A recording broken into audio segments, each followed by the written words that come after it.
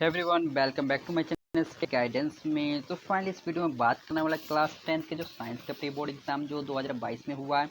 तो मैं इस पेपर को मैं फुल रिव्यू कराऊंगा, फुल सॉल्यूशन कराऊंगा। ठीक है, तो आपको कुछ नहीं करना है, बस आपको पैसेंस के साथ प्रॉपर इस वीडियो को फुल एंड तक देखना है। ठीक है, अब एक से छोटी सी आपसे एक रिक्वेस्ट है, प्लीज़ अगर अभी तक चैनल को सब्सक्राइब नहीं किए हैं तो चैनल को सब्सक्राइब कर ले, बेल आइकन को प्रेस कर ले, जिससे video notification back to back मिल सके।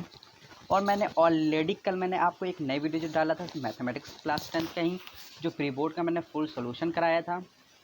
अगर उस वीडियो को आपने नहीं चेक किया है तो प्लीज़ आप इस वीडियो के प्लेलिस्ट में जाने के बाद आप वहाँ से चेकआउट कर सकते हैं। ठीक है, चलिए वीडियो को स्टार्ट करते हैं। तो यहाँ पे देखिए क्लास की बात करते हैं, क्लास यहाँ पे हम 10th की है। ठीक है, अगर हम सब्जेक्ट की बात करते हैं, सब्जेक्ट जो हमारा साइंस है, अगर हम देखिए ईयर की बात करें, ईयर 2022।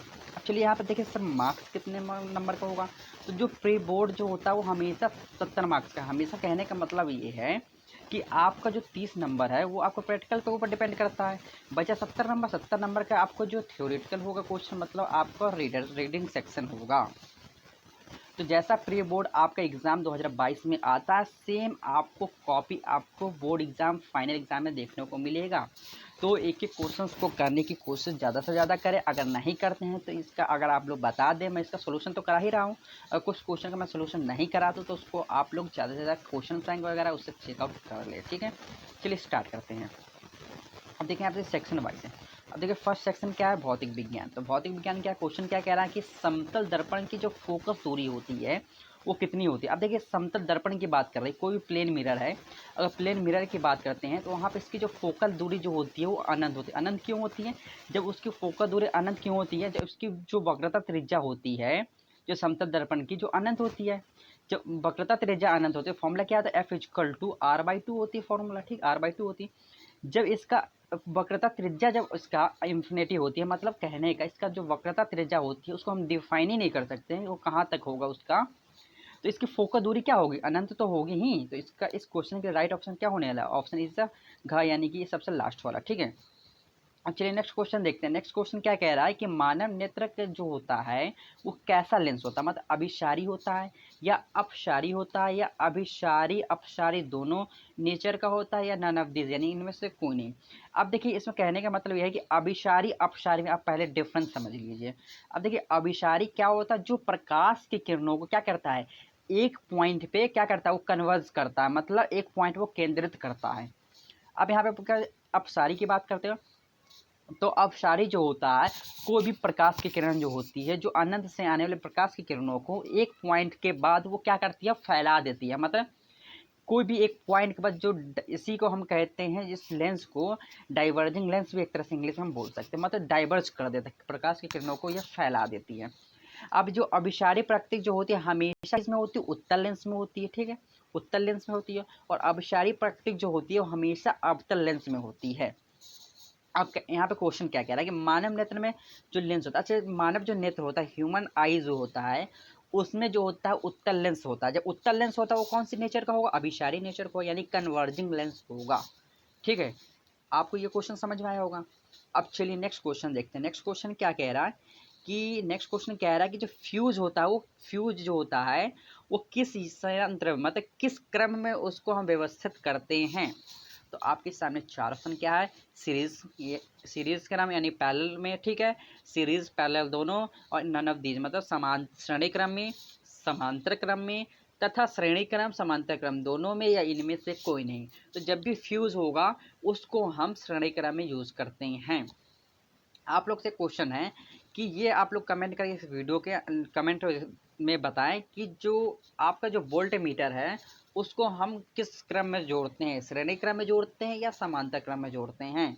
आप लोग इस क्वेश्चंस का जो आंसर आप लोग जो कमेंट बॉक्स है उसमें लिखिए। ठीक है, अब चलिए नेक्स्ट क्वेश्चन है। नेक्स्ट क्वेश्चन कह रहा है कि चुंबकीय बल रेखा जो होती है वो कैसी होती है। जो चुंबकीय बल रेखा जो होती है वो कैसी होती है। तो चुंबकीय जो बल रेखाएं होती है एक बंद वक्र बनाती है। क्या बनाती है, बंद वक्र बनाती है। चुंबकीय बल रेखाएं जो होती है, हमने क्या मान लिया कि यहाँ पे एक कोई चुंबक है, यानी कि एस पोल है इसका, ये नॉर्थ पोल है। ठीक है, यानी कि उसकी उत्तरी ध्रुव है, इसकी दक्षिणी ध्रुव है। यहाँ से जब चुंबकीय क्षेत्र निकलती है, यहाँ से चुंबकीय क्षेत्र निकलती है। ठीक है, यहाँ से चुंबकीय क्षेत्र निकलती है इस प्रकार से, इस प्रकार से चुंबकीय क्षेत्र निकलती है। ठीक है, जब इसके इस प्रकार से चुंबकीय क्षेत्र निकलती है तो एक बंद लूप का निर्माण करती है। ठीक है, तो जब भी कहा जाएगा कि चुंबकीय बल रेखा जो है वो कैसा वक्र बनाती है, तो एक बंद लूप बनाती है। और यहाँ पे ये भी क्वेश्चन पूछा जाएगा चुंबकीय क्षेत्र मैक्सिमम कहाँ पे होगा, तो इसके पोल पे, ध्रुव पे इसका चुंबकीय क्षेत्र की तीव्रता होगा वो अधिकतम होगा। ठीक है, अब चलिए नेक्स्ट क्वेश्चन देखते हैं। नेक्स्ट क्वेश्चन मैंने आपको बता दिया। अब नेक्स्ट क्वेश्चन क्या है, नेक्स्ट क्वेश्चन आ रहा है यहाँ पे आपके सामने दिखाई दे रहा होगा, अवतल दर्पण के दो यूजेस बताइए, मतलब इसका उपयोग बताना। तो इसका जो उपयोग होता है, जो मिरर होता है इसमें कर सकते हैं, जो आपको सेविंग वगैरह होता है उसमें भी इसका उपयोग करते हैं। ठीक है, और इसका जो ड्राइविंग जो होता है उसके जो पीछे का मिरर देखने के लिए, दृश्य को देखने के लिए इसका उपयोग करते हैं। अब चलिए नेक्स्ट क्वेश्चन क्या है, नेक्स्ट क्वेश्चन कह रहा है कि नेत्र के समंजन क्षमता क्या है, उसको आपको डिफाइन करना है। कोई भी नेत्र है उसके समंजन क्षमता क्या होती है। कोई भी नेत्र को किसी भी एंगल को देखने के लिए जो दर्शन, मतलब किसी भी प्रकार का हमें कोई भी उसमें प्रॉब्लम ना आए, मतलब उसको हम इजीली देख सकते हैं, उस समझने की क्षमता होती है, कोई भी कलर को हमें पहचान करने की क्षमता होती है, वही हमारे नेत्र का समंजन क्षमता होती है। ठीक है, तो ये क्लियर हुआ होगा। अब नेक्स्ट क्वेश्चन क्या कह रहा है, किसी विद्युत बल्ब की जो तंतु है वो 0.5 एम्पियर की विद्युत धारा है। ठीक है, और वो 10 मिनट तक प्रवाहित हो रही है, तो कितना आवेश प्रवाहित होगा, मतलब क्यू की वैल्यू फाइंड करना है। चलिए बात करें, इस क्वेश्चन को करते हैं। ठीक है, तो यहाँ पे देखिए आई की वैल्यू कितना दी, आई जो है 5 एम्पियर दिया है, 0.5 एम्पियर। ठीक है, अगर टाइमिंग की बात करें, टाइमिंग यहाँ पे देखिए 10 मिनट दिया है, तो यहाँ पे आवेश पता है। तो हम फॉर्मूला जानते क्या होता है, आई बराबर क्या होता है, आई बराबर क्यू अपन टी होता है ना, क्यू अपन टी होता है। अब क्यू यानी कि आवेश पूछ रहा है, तो क्यू बराबर क्या हो जाएगा, आई टी हो जाएगा, आई टी हो जाएगा, क्यू बराबर आई टी। अब आई की वैल्यू दिया है 0.5 दिया है। ठीक है, अब टी जो हम रखेंगे यहाँ पे 10 मिनट है ना, इसको मिनट ही में रहने देते, अगर इसको सेकंड में कन्वर्ट करना चाहे तो कन्वर्ट कर सकते हैं। ठीक है, तो हम यहाँ पे पॉइंट हटाएंगे, नीचे 10 बढ़ाएंगे। ठीक है, और 10 से 10 कैंसिल आउट, यानी कि ये कितना होगा, इसका जो 5 कूलम आवेश होगा, यानी कि क्यू का जो वैल्यू होगी वो 5 कूलम आवेश होगा। ठीक है, तो मैंने इस न्यूमेरिकल करके बता दिया। आप यहाँ पे जो क्यू की वैल्यू है, यहाँ पे हमने 10 मिनट रखा है, उसको आप सेकंड में भी कन्वर्ट कर सकते हैं। ठीक है, कोई डाउट नहीं। ठीक है, अब चलिए नेक्स्ट क्वेश्चन देखते हैं। नेक्स्ट क्वेश्चन क्या कह रहा है, प्रकाश के परावर्तन किसे कहते हैं, चित्र द्वारा समझाइए और उसके नियम बताइए, जो कि 4 मार्क्स का क्वेश्चन है। देखिए, प्रकाश का परावर्तन जो होता है, किसी भी समतल पृष्ठ पर गिरने वाले प्रकाश की किरणें, मैं यहाँ पे आपको फाइन करके बता दे रहा हूँ। किसी भी समतल पृष्ठ, हमने मान लीजिए इसे पॉलिश कर दिया। ठीक है, पॉलिश कर दिया यहाँ पे, इससे आने वाली आपतित किरण, ठीक है, आपतित किरण और परावर्तित किरण जो होता है, इसके बीच हमने अविलंब मान लिया, ड्रॉ कर दिया। ठीक है, तो कहने का मतलब आपतित किरण आई, ठीक है, परावर्तित किरण आर। ठीक है, जो इसका तीनों इक्वल होता है, मतलब आपतित किरण, परावर्तित किरण तथा अपवर्तन कोण तीनों एक ही पॉइंट पे होता है। फर्स्ट नियम इसका ये हुआ, डायग्राम के साथ में मैंने आपको बता दिया, आपको ये क्लियर हुआ होगा। अब चलिए नेक्स्ट क्वेश्चन है। नेक्स्ट क्वेश्चन क्या कह रहा है कि 15 सेंटीमीटर फोकस दूरी के उत्तर दर्पण से कोई वस्तु 10 सेंटीमीटर की दूरी पर रखी है, तो प्रतिबिंब की स्थिति बताइए और उसकी नेचर क्या होगा, उसकी नेचर फाइंड करना है। अब चलिए इस न्यूमेरिकल करते हैं। देखिए, 15 सेंटीमीटर फोकल दूरी की क्या है, उत्तल दर्पण है ना, तो फोकल लेंस क्या है, उत्तल लेंस है, यानी कि हम पॉजिटिव लेंगे। ठीक है, 15 सेंटीमीटर, चलिए लिख लेते हैं।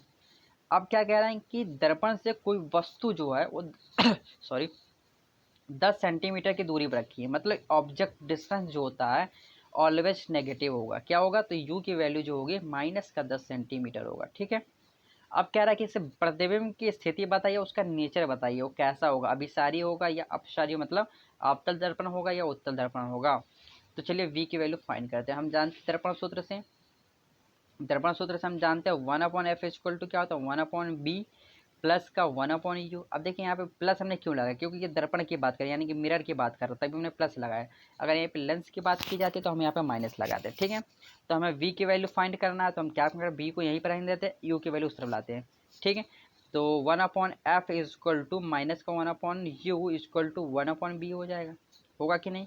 अब चलिए वैल्यू पुट करते हैं, यानी फोकस दूरी कितना दिया है, यहाँ पर मैं फिर से लिख देता हूँ, तो 1/15 हो जाएगा, माइनस का 1/10 हो जाएगा। ठीक है, देखिए माइनस का फोकस यानी माइनस माइनस ये प्लस का 10 हो जाएगा, बराबर 1/b हो जाएगा। ठीक है, माइनस का क्योंकि होगा, इसका ऑब्जेक्ट डिस्टेंस नेगेटिव होगा, तो एलसीएम लेंगे तो 15 10 का जो एलसीएम आएगा, अगर 5 एलसीएम लेते 5, ठीक है, 5 या 15, 5 दूनी 10। ठीक है, तो 5 या 15 दूनी 30, यानी एलसीएम कितना आ गया, 30 आ गया। जब एलसीएम 30 आ गया तो 2 बार में चला गया। ठीक है, 15 दूनी 30 और 10 या 30, यानी कि 5, यानी कि 1/v इक्वल टू क्या हो गया, 5 छक्का 30, ठीक है, यानी कि बी डिस्टेंस जो होगा 6 सेंटीमीटर की दूरी पे ये बनेगा। कैसा बनेगा? 6 सेंटीमीटर की दूरी पे बनेगा। अब देखिए बी की जो वैल्यू है वो पॉजिटिव आया, मतलब 6 सेंटीमीटर पॉजिटिव, मतलब कहने का है कि अब ये पॉजिटिव आया मतलब बी जो होगा वास्तविक नहीं बनेगा, आभासी बनेगा, मतलब वर्चुअल इमेज बनेगा, ठीक है। और कैसा बनेगा?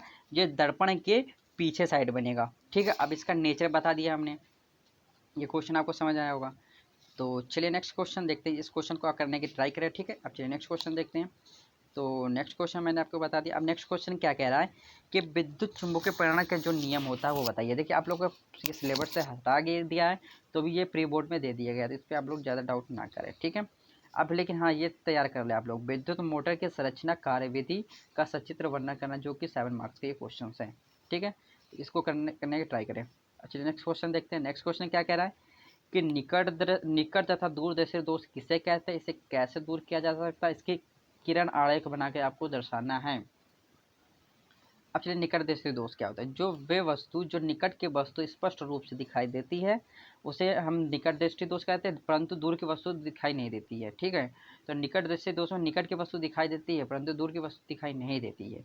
अब दूर दृष्टि दोष वे होते हैं जो दूर की वस्तु को स्पष्ट रूप से देख सकते हैं लेकिन निकट की वस्तु को स्पष्ट रूप से देख नहीं सकते हैं। इसके निवारण की बात करते हैं, निकट दृष्टि के दोष के निवारण के लिए अगर हम बात करते हैं तो अवतल लेंस का उपयोग करेंगे। अगर दूर दृष्टि दोष है उसके लिए हम उत्तल लेंस का उपयोग करेंगे, कॉन्वेक्स लेंस का उपयोग करेंगे, कॉनकेव लेंस का उपयोग करेंगे, ठीक है। अब चलिए इसका डायग्राम बनाते हैं। अगर निकट दृष्टि दोष के लिए बात करते हैं तो हमने माना कि कोई आई है, ठीक है, इस प्रकार से नेत्र हमने मान लिया, हमने माने नेत्र, यहाँ से इसका हमने प्रकाशिक केंद्र हमने मान लिया यहाँ पर रखा, ठीक है। हमने माना कि अनंत से आने वाली प्रकाश की किरणें जो है, अनंत से आने वाले प्रकाश की किरणें ये उत्तल लेंस से टकराने के बाद ये यहीं पर फोकसित करता है, मतलब हमने मान लिया यहाँ पर रेटिना है, रेटिना है, ठीक है। तो रेटिना से पहले हमने मान लिया कि यहाँ पर कोई पी पॉइंट है, तो यहीं पे इसकी जो इसका प्रतिबिंब बना देती है, इसीलिए हम क्या करते हैं अवतल लेंस का प्रयोग। अवतल लेंस क्या करता है? प्रकाश की किरणों को फैलाती है, मतलब इसका डाइवर्जिंग करती है, उसकी किरणों को फैलाती है, तो इसीलिए इसको निवारण कर लेके हम यहाँ पे अवतल लेंस का उपयोग करेंगे जो प्रकाश की किरणों को फैलाएगी। तो ये डायरेक्ट जाकर रेटिना पे इसका प्रतिबिंब इमेजेस बनेगा, ठीक है। तो इसी तरीके से आप उत्तल, इसी तरीके से आप उसके लिए भी बना सकते हैं, ठीक है। चलिए नेक्स्ट क्वेश्चन देखते हैं आगे। तो नेक्स्ट क्वेश्चन क्या कह रहा है कि चिप्स बनाने वाले जो पैकेट होती है यानी कि थैली जो होती है, चिप्स बनाने जो थैली होती है उससे ऑक्सीजन को हटा करके किस गैस को हम भरते हैं? तो देखिए ऑक्सीजन गैस जो होती है वो रिएक्ट करती है हमेशा कोई भी चीज़ों से, ठीक है। तो उसको हटा करके हम हमेशा नाइट्रोजन का उपयोग करते हैं, नाइट्रोजन मतलब N2 गैस का उपयोग करते हैं, ठीक है। तो ये आपको क्लियर हुआ होगा। चलिए नेक्स्ट क्वेश्चन देखते हैं। नेक्स्ट क्वेश्चन क्या करें, शुद्ध जल का जो पीएच वैल्यू है या तो पीएच मान कितना होता है? तो जल जो होता है न्यूट्रल होता है, मतलब 7 होगा, ठीक है। इस राइट ऑप्शन यानी कि इस क्वेश्चन के लिए सेकंड आंसर है, ठीक है। अब चलिए नेक्स्ट क्वेश्चन देख रहे हैं। नेक्स्ट क्वेश्चन क्या कह रहा है, शुद्ध सोना जो होता है कितने कैरेट का होता है? तो आपके सामने 4 ऑप्शन है, 21 carat, 22 carat and 23 carat and 24 carat, ठीक है। तो इस क्वेश्चन के लिए जो राइट ऑप्शन होगा D is the right option, 24 carat का होगा, ठीक है। अब देखिए शुद्ध सोना जो होता है, अगर जो शुद्ध सोना जो होता है प्योरी जो होता है वो लिक्विड फॉर्म में होता है, ठीक है। इसको शुद्ध करने के लिए, इसको प्योर मतलब प्योर लेने के लिए सोना जो होता है हमेशा लिक्विड फॉर्म में मिलेगा, ठीक है, जो कि 24 कैरेट का होता है, ठीक है। नेक्स्ट क्वेश्चन देखते हैं। नेक्स्ट क्वेश्चन क्या है कि एल्केन तथा एल्काइन का सामान्य सूत्र लिखिए। अब देखिए एल्केन क्या होता है, एल्केन क्या होता है, एल्काइन क्या होता है, एल्कीन क्या होता है, मैं उसमें डिफरेंस मैं बताता हूँ आपको। देखिए एल्केन क्या होता है, एल्केन जो होता है इसका सामान्य सूत्र पहले लिखते हैं। सामान्य सूत्र क्या है, CnH2n+2 होता है। ये किसके लिए होता है? एल्केन के लिए होता है, तो हम Al लिख देते हैं एक बार यहाँ पे, ठीक है। और एल्किन क्या होता है, एल्किन जो होता है CnH2n होता है, ठीक है। ये जो हमारा होता है एल्किन के लिए होता है, ठीक है। एल्काइन के लिए क्या होता है, CnH2n-2 होता है, ये एल्काइन के लिए होता है, एल्काइन के लिए होता है, ठीक है। अब देखिए जो सिंगल किसी कार्बन कार्बन के बीच अगर सिंगल बॉन्ड बनाती है तो वो जो होता है वो एल्केन होता है। अगर कार्बन कार्बन के बीच अगर डबल बॉन्ड बनाती है तो वो एल्काइन होता है, सॉरी एल्कीन होता है। अगर कोई भी कार्बन कार्बन के बीच अगर ट्रिपल बॉन्ड बनाती है तो वो हमेशा एल्काइन होगा, ठीक है। ये आप लोग क्लियर है। अब चलिए नेक्स्ट क्वेश्चन देखते हैं। नेक्स्ट क्वेश्चन मैंने आपको सामान्य सूत्र बता दिया। अब चलिए नेक्स्ट क्वेश्चन क्या है, तो नेक्स्ट क्वेश्चन कह रहा है कि आधुनिक आवर्त सारणी किसे कहते हैं? मतलब मॉडर्न पीरियोडिक टेबल जो है वो किसे कहता है, मतलब इसका डेफिनेशन आपको लिखना है। तो ये क्या है कि आधुनिक आवर्त सारणी जो है, इससे पहले किसने बनाया? आधुनिक आवर्त सारणी है मोजले ने बनाया, ठीक है। इसमें 7 आवर्त होते हैं, 18 वर्ग होते हैं, और इसे इस तरीके से डिफाइन कर सकते हैं, ठीक है। अब चलिए नेक्स्ट क्वेश्चन क्या है? नेक्स्ट क्वेश्चन है कि द्विविस्थापन अभिक्रिया को उदाहरण देकर स्पष्ट रूप से हमें बताने हैं, ठीक है। द्विविस्थापन अभिक्रिया क्या होती है? अच्छा, जैसे द्विविस्थापन मतलब विस्थापित करना, किसी भी चीज़ को डिस्प्लेट करना, मतलब एक स्थान से दूसरे स्थान पर ले जाना ही हम उसको कहते हैं। जैसे कि हमने मान लिया कोई एग्जाम्पल हमने ले लिया कि CO, हमने मान लिया कि कैल्शियम कार्बोनेट ले गए, CaCO3 हमने मान लिया, ठीक है। जब इसको हम किसी भी टेम्परेचर के द्वारा अगर हम हीट करके इसको जब तोड़ेंगे तो यहाँ से कार्बन डाइऑक्साइड अलग निकलेगा, CO2 निकलेगा, ठीक है। CO2 लिख देगा, और साथ ही साथ यहाँ पे CO2 निकलेगा, यहाँ बैलेंस कर लेंगे, 2 हमने यहाँ पे लगा दिया, ठीक है। और वाटर का मॉलिक्यूल्स निकलेगा तो पानी निकल जाएगा, ठीक है। तो यहाँ पे देखिए एक कंपाउंड से यहाँ पे हमने 2 कंपाउंड बनाया, कहने का मतलब एक कंपाउंड से हमने 2 कंपाउंड को बनाया। कंपाउंड एक हमने ये बनाया, कंपाउंड एक ये बनाया, ठीक है। तो यहाँ पे देखिए हमने विस्थापित किया, मतलब अपने कंपाउंड को तोड़ करके हमने 2 कंपाउंड में विभाजित किया, ठीक है। तो ये हमारा द्विविस्थापन अभिक्रिया कहलाएगा। अब चलिए नेक्स्ट क्वेश्चन क्या, नेक्स्ट क्वेश्चन क्या कह रहा है? प्लास्टर ऑफ पेरिस का रासायनिक सूत्र और अणुभार लिखिए। देखिए प्लास्टर ऑफ पेरिस जो होता है, इसका हमें रासायनिक सूत्र लिखना है, इसके क्या होता है, ये होता क्या, ये लिखना है। देखिए रासायनिक सूत्र जो होता है इसका, प्लास्टर ऑफ पेरिस की बात करते हैं तो CaS, ठीक है, CaH2SO4 पॉइंट करके H2O होता है, ठीक है। तो आप इस तरीके देख लें, क्योंकि मुझे अभी थोड़ा याद नहीं है। अब चलिए नेक्स्ट क्वेश्चन क्या है? नेक्स्ट क्वेश्चन, क्वेश्चन नंबर 8 देखते हैं। क्वेश्चन नंबर 8 क्या है? साबुनीकरण जो है क्या होता है? साबुनीकरण की प्रक्रिया से हमें सचित्र वर्णन करना है, ठीक है। तो साबुन का फॉर्मूला आप लोग जरूर याद रखें। साबुन का फॉर्मूला क्या होता है? C17H35COO। अब Na क्या होता है? इसमें एक एस्टर होता है, एस्टर और यहाँ पे पोटेशियम का मिक्सचर का, इसे हम मिलाने के बाद इसको हम साबुन का निर्माण होता है। फॉर्मूला क्या हमने बताया? C17H35COO होता है, ठीक है। तो आपको ये क्लियर हुआ होगा।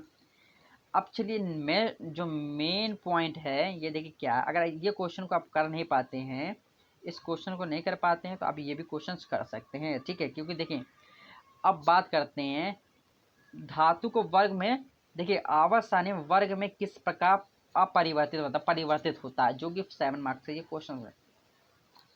तो मैं उम्मीद करता हूँ ये क्वेश्चन आप लोग कर ले जाएंगे, ठीक है। अब चलिए नेक्स्ट क्वेश्चन है जीव विज्ञान आते हैं, यहाँ पे बायोलॉजी स्टार्ट होता है। अब क्या है क्वेश्चन, क्या कह रहा है? क्वेश्चन कह रहा है कि पादप में जाइलम उत्तरदायित्व होता है किसके लिए? तो देखिए जो जाइलम टिश्यू होता है, मतलब जाइलम उत्तम होता है, वो पादप यानी कि पौधों में उसका मुख्य रूप से उसका कार्य क्या होता है? तो जल का वाहन होता है, या भोजन का वाहन होता है, या अमीनो अम्ल का, या ऑक्सीजन का वाहन होता है?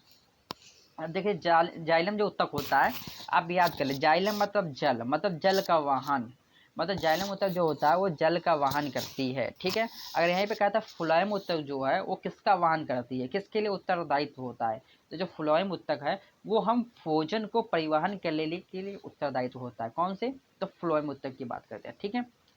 अब नेक्स्ट क्वेश्चन क्या है? नेक्स्ट क्वेश्चन, तने का कायिक जनन होता है। तने के द्वारा, कायिक मतलब अपने काया के द्वारा, मतलब अपने अंग से किसी भी दूसरे को उत्पन्न होना, मतलब वो होता है कायिक जनन होता है, ठीक है।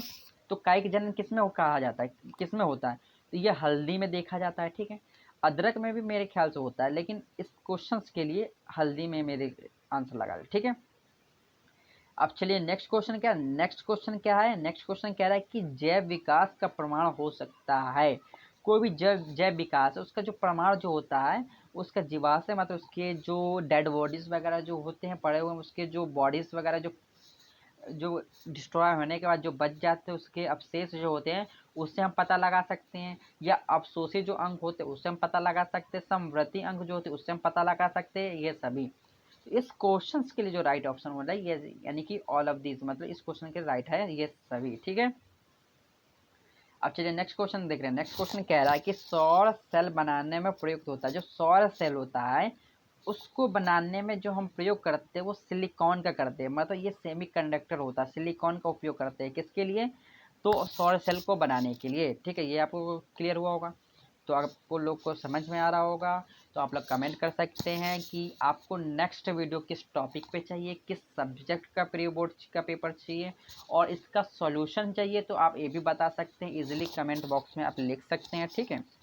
तो मैं उम्मीद करता हूँ ये वीडियो को समझ में आ रहा होगा। अगर समझ में आ रहा हो तो प्लीज़ चैनल को सब्सक्राइब जरूर कर ले, बेल आइकन प्रेस कर लेना, ठीक है। मैं इसी तरीके से वीडियो लाता रहूँगा। चलिए हम नेक्स्ट क्वेश्चन देखते हैं। नेक्स्ट क्वेश्चन क्या कह रहा है कि कचरे की मात्रा को कैसे कम किया जा सकता है, ठीक है। जो कचरे का मात्रा है उसको कैसे कम किया जाता है। कचरे की जो मात्रा होती है उसको हम प्रोड्यूस कम करें, ठीक है, उसको प्रोड्यूस कम करें, उसको हम डिस्ट्रॉय ज़्यादा से ज़्यादा करें। तो इसको अपने लैंग्वेज में आप लिख सकते हैं ज़्यादा से ज़्यादा, ठीक है। चिपको आंदोलन से क्या समझते हैं, ठीक है। तो चिपको आंदोलन, देखिए केमिस्ट्री में इस टाइप के क्वेश्चन नहीं पूछे जाते, लेकिन ये जो थोड़ा बहुत जीएस टाइप के क्वेश्चन है तो वो दे देते हैं। देखिए चिपको आंदोलन जो होता है ये उत्तराखंड राज्य की तरफ स्टार्ट हुआ था। ये इसके बारे में बना के लिख सकते हैं इसलिए, ठीक है। अब देखिए पित्त रस कहाँ बनता है, ये कहाँ संचित होता है। अब देखिए ये क्वेश्चन क्या है, ये इंपॉर्टेंट है बायो के लिए। कह रहा है पित्त रस जो होता है वो पित्ताशय में बनता है, ठीक है। और वो क्या चीज़ें संचित करता है, जो ये होता है, जो पित्त रस होता है वो वसा यानी कि जो हमारे अंदर फैट जो होता है उसको संचित करने के लिए उपयोग में होता है, ठीक है। अब देखिए स्व परागण पर परागण में क्या डिफरेंस, ये 4 मार्क्स का क्वेश्चन है, ठीक है। तो ये इंपॉर्टेंट है क्योंकि इसको जरूर तैयार करके जाए। कौन सा स्व परागण पर परागण में डिफरेंस जरूर लिख के जाए और इसको याद कर ले, ठीक है। अब चलिए नेक्स्ट क्वेश्चन क्या है। नेक्स्ट क्वेश्चन है मेंडलीव की प्रभाविकता और स्वतंत्र अपव्यूहन का नियम बताना है। तो मैंने मेंडल का, तो मेंडल का मैंने स्वतंत्र अपव्यूहन का नियम बता दिया, उसका प्रभाविकता का नियम बता दिया, और इसके टोटल 3 नियम होते हैं किसका, मेंडल का। तो मैंने ऑलरेडी करा चुका हूँ, उस वीडियो को नहीं चेक किया तो प्लीज़ उसको एक बार चेक कर ले। और मैं उम्मीद करता हूँ कि वीडियो को समझ में आ रहा होगा। तो ये अगर वीडियो समझ में आ रहा हो तो प्लीज़ चैनल को सब्सक्राइब जरूर कर ले और बेल आइकन को प्रेस जरूर कर ले, ठीक है। आप चलिए नेक्स्ट वीडियो मिलते हैं। जब तक नेक्स्ट वीडियो मिलते हैं, जब तक इस वीडियो को पूरा वॉच जरूर करें, चैनल को सब्सक्राइब कर ले, ठीक है। चलिए वीडियो को बैन करते हैं।